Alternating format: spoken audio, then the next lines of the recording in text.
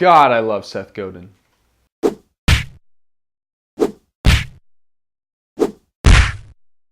Welcome to 3 Things You Can Use, where Maddie and I analyze the worlds of lifestyle and entrepreneurship through books, 3 things at a time.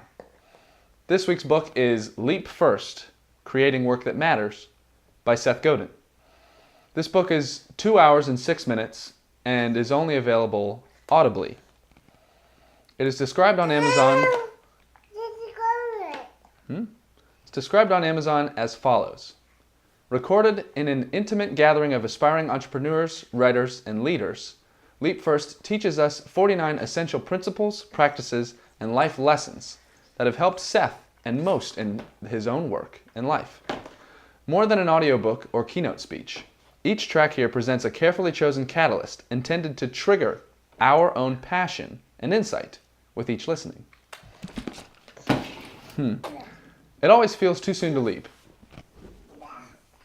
But you have to, because that's the moment between you and remarkable. I hope this helps you return to that edge and then leap. So, what are 3 things we can use from this book? Number 1, your money story. You're walking around in the past. The way past. You're trying out your new time machine, and because you love prehistory, the prehistory era of humanity, that's where you go first. After a bit, you come across a hairy, burly gentleman, rubbing his fingers along a wall, and then dipping them in some sort of ink. He's painting in a cave. Cave painting. You want to ask him loads of questions, but the first one that comes to mind is, who pays you to do this? He looks at you, and after the auto-interpret is finished, and he understands your question in his language, he throws his head back and laughs like a 200-pound hyena. I do not do this for payment, he remarks. I do this for the next generations to see, for decoration, and for fun. No one pays me for this. Do you get paid for this where you come from? Seth Godin points out that for most of history, people have done art for the sake of doing art. People created with non-financial motives, to send a message, to be passionate, and to be themselves. People created music and banged on drums without a tin sitting in front of them, open for business. Seth Godin says that money is a story, and we need to change our story about money. Make your art as a writer, a musician, an inventor, a thinker, a painter, an architect, etc., for free. Not for money. Divorce your work from the ideas of money, worth, and approval. And just make good art for the sake of it.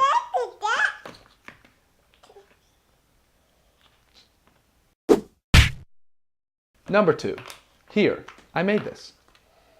What's going to happen if you make art? You will be judged. You will hold out your hands and say, here, I made this. This judgment may kill you. Imagine someone saying that your work is terrible. You would die. But you would only die if you identified with your work. Only if you considered the work being put out as being you, encompassing everything that you are. Seeing it as you putting you out there, and someone rejecting you for you in totality. But this is not what your art is. What you make is just your work. After the rounds of criticism and applause, you objectively scan the feedback, tinker and improve, and move on to the next work. You may be inclined to give extra attention to the criticism, but don't. The story that your work is telling just doesn't mesh with their story. That's it. That's what the criticism comes from.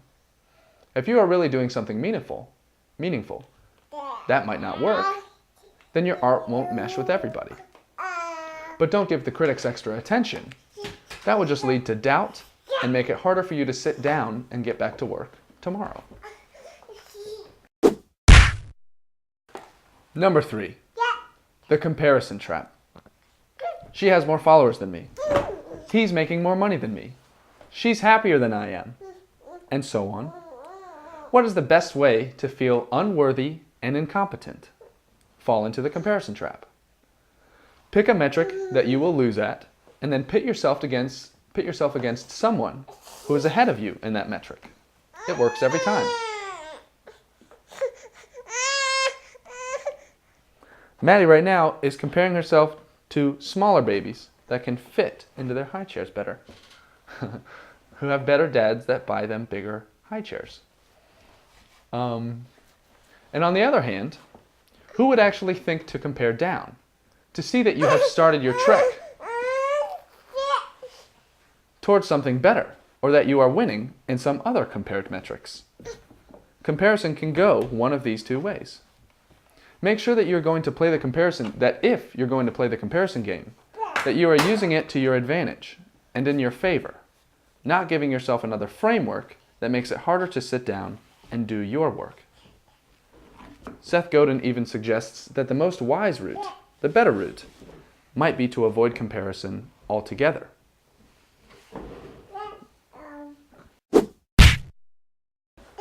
So, to recap, change your story about money by changing your motives for working. Make art for the sake of making art. Your work is not you, it is your work. Rejection is not total rejection, it is feedback. The story of your art won't always mesh with the stories of some other people. Want to feel down in the dumps? Define what is better and compare yourself to those better than you. Do the opposite to feel better, and don't do it at all if you are smart. This book is really motivating, not in the sense of bringing you up to the prospect of making art, but bringing art as a possibility down to you, by framing art as work that you do for free, that you iterate and get better at, and that you do just for the sake of doing it. It's so empowering because it keeps you where you are and brings the art to you. I think I've actually heard this book before, though, for free on a podcast. And the podcast was called Seth Godin's Startup School and was produced by Earwolf, so they couldn't have stolen it. So it would seem to be totally legal to listen to it for free. And it includes more audience participation after the main segments, so you can listen to that too. So check that out if you want to hear it for free. And on the whole, I highly recommend this book. It's short, and not one word is fluff. Perfect for the artist, the aspiring artist, or for anyone who wants to do something different with their life. Thank you for watching. Don't touch that. Subscribe so you don't miss next week's video. And we'll see you next week.